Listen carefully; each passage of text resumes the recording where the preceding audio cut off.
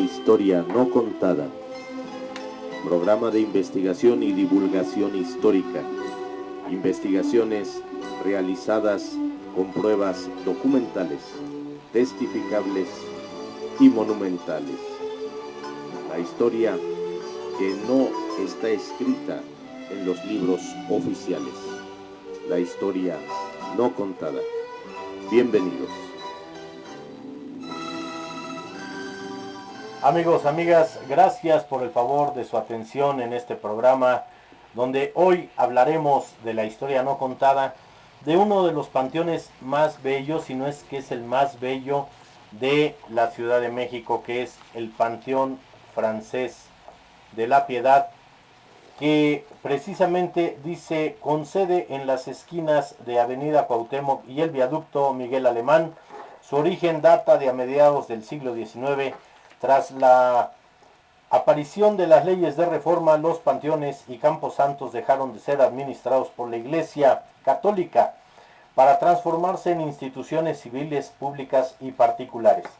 Al inicio del Segundo Imperio, del Imperio de Maximiliano de Habsburgo, a Maximiliano I de México, después de la intervención francesa ya en 1864, los franceses radicados en México buscan tener un lugar para sus muertos, y este debería estar y ser el lugar más adecuado, sobre todo para los soldados caídos en hechos de guerra y posteriores,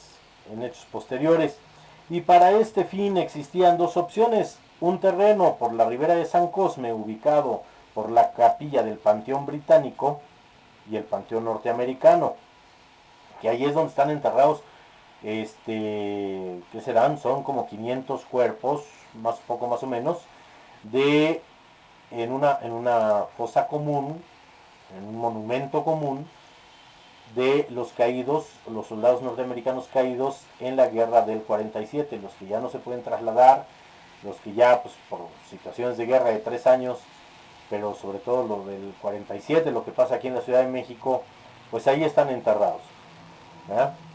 Ese era un terreno cercano, y había otro, donde estoy dando la ubicación, que es Cuauhtémoc y Viaducto.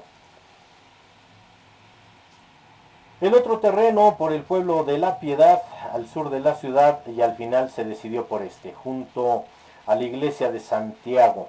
Fueron enterrados los primeros soldados franceses en tumbas muy sencillas y burdas, las cuales empezaron a ser profanadas por la resistencia mexicana. Por estos hechos, la sociedad suiza, francesa y belga de beneficencia compraron el terreno de La Piedad para comenzar el proceso de construcción a finales de 1864, y recibió los primeros cuerpos en marzo de 1865, aún no estando concluido en su totalidad este cementerio. Este es el primer panteón construido tras las leyes de reforma.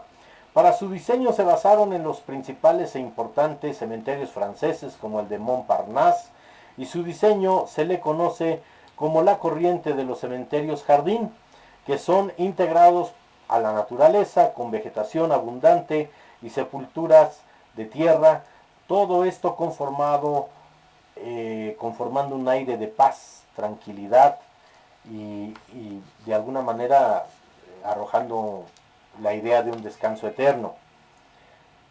Este cementerio es trazado en base a una calle central, la cual es rematada por una capilla funeraria, en torno a la cual se encuentran los mausoleos. Tras la caída del imperio en 1867, el Panteón Francés enfrentó varios obstáculos del gobierno republicano de Benito Juárez, el cual no le convenía por tratarse de una institución imperial, y enfrente al Panteón Francés de la Piedad inaugura el Panteón General de la Piedad en 1871. Recuerden que Juárez se vuelve y era antiimperialista totalmente, ¿ah? Entonces, pues imagínense ustedes. Este último es administrado por el gobierno, y actualmente ya este panteón, el Panteón General de la Piedad, ya desapareció. estaba enfrente. A pesar de todo ello, el Panteón Francés de la Piedad siguió funcionando, no sin antes sufrir fuertes batallas legales, lejos de su fin primario de albergar los restos de los franceses, suizos y belgas. Tuvo que dar apertura a otros extranjeros, incluyendo a mexicanos y miembros de familias pudientes.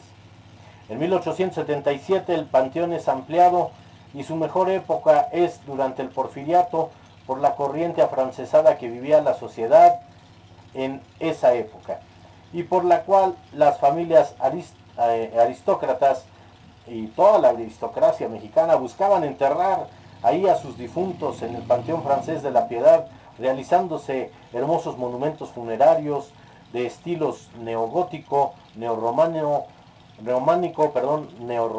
neoclásico, neobizantino, el Art Nouveau y el Art Deco. Estos monumentos fueron elaborados por reconocidos autores como Adolfo Ponzanelli, Antonio Rivas Mercado, César Naverio, convirtiéndose en uno de los más bellos panteones del país. Después de la escena trágica y tras su asesinato, fueron enterrados en este panteón Francisco Ignacio Madero y José María Pino Suárez, quienes posteriormente serían trasladados a la rotonda de los hombres y mujeres ilustres y al monumento a la Revolución respectivamente. Destacan en este panteón personajes como el presidente don Emilio Portes Gil, Ignacio Torres Adalid, don Manuel Romero Rubio, quien fue el papá de doña Carmelita Romero Rubio, esposa del presidente Díaz, y quien fuera su ministro de Gobernación, don Manuel Romero Rubio, Joaquín Clausel, artista, Jesús Contreras, Casimiro Castro, Guillermo Bonfil Batalla, y el más reciente, ya hace unos años, que llegó ahí porque su familia había comprado cuando todavía había lugar, pues el maestro oaxaqueño don Andrés Enestrosa. En 1940 el Panteón Francés de la Piedad cerró debido a su saturación, por lo cual en 1942 se ordena construir el Panteón Francés de San Joaquín al poniente de la ciudad y que hasta el día de hoy sigue en funciones. Desafortunadamente el Panteón Francés, tesoro funerario de la Ciudad de México, se encuentra muy descuidado debido al deterioro de sus monumentos, ya que no existe descendencia de los que ahí descansan que se preocupe por su cuidado y mantenimiento. Pues sí, es una lástima, ¿no? Y luego también con la inseguridad que ya hasta en los panteones no respetan a nadie, no se salva. Sí hay de alguna manera en el día una seguridad, pero si te vas adentrando viendo los monumentos funerarios, pues se vuelve tierra de nadie, como el Panteón de San Rafael, donde están los héroes de la patria, los héroes de la República restaurada y de antes de los héroes de la Guerra de Reforma en sí, mucha gente. El panteón de este panteón de San Fernando, perdón, mejor dicho San Fernando, se crea porque ya el del Tepeyac está saturado. En el del Tepeyac está Antonio López de Santana, por ejemplo, uno de tantos, ¿no? Y en el de San Fernando, bueno, pues está Benito Juárez, estuvo Ignacio Zaragoza, el general Miramón, ahí sigue todavía el general Tomás Mejía, y bueno, hoy en día se ha declarado museo, entonces un panteón museo donde ha cambiado toda la visión, toda la perspectiva.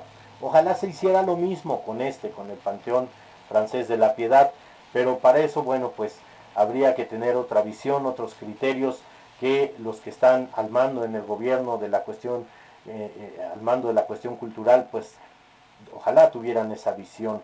Pero bueno, este es un pedacito de nuestra historia, de la historia no contada, sobre el panteón más hermoso, dicen de México, yo digo de la Ciudad de México, que es el Panteón Francés de la Piedad. Amigos, amigas, muchas gracias por su atención, por el honor de su atención. Les recuerdo, denle like, Si les gustó este programa o los demás programas, ya tenemos más de 30 programas, muchísimas suscripciones. Gracias por su apoyo, gracias por sus comentarios. Denle clic a la campanita para que tengan el aviso de cuando se sube un programa nuevo, se les avise de inmediato que hay algo nuevo por parte de su servidor Ricardo Trillanes, quien les agradece su amable preferencia a este programa, a este esfuerzo que es la historia no contada. Gracias amigos, amigas, nos vemos pronto, sean felices, hasta la próxima.